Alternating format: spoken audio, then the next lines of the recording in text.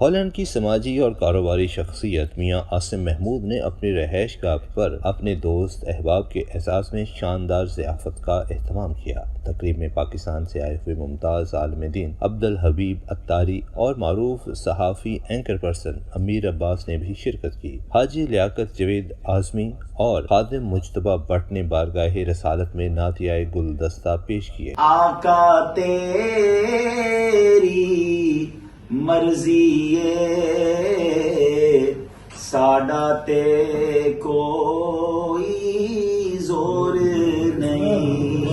مولانا عبدالحبیب عطاری نے بھی سرکار مدینہ کے حضور شاندار نعتیہ خراجِ عقیدت پیش کرتے ہوئے راہ خدا میں خرچ کرنے، فی سبیل اللہ کام کرنے کے اجر و ثواب کا ذکر کرتے ہوئے شرکاء سے تلقین کی کہ اس سے مال میں کمی نہیں ہوتی بلکہ کئی گنا اضافہ ہوتا ہے۔ انہوں نے آخروی زندگی سنوارنے کی تاکید کی۔ دوسری نشست معروف صحافی اینکر پرسن امیر عباس کے ساتھ پاکستان کی موجودہ صورتحال حالات و حاضرہ پر طویل نشست ہوئی، جس میں تمام شرکاء نے وطن عزیز پاکستان کے لیے گہری محبت کے احساسات کا اظہار کیا۔ معروف صحافی امیر عباس نے بھی گفتگو کرتے ہوئے کہا، اوورسیز پاکستانی وطن سے گہری محبت کرتے ہیں، تاہم شرکاء امیر عباس کی گفتگو سے بہت محفوظ ہوئے۔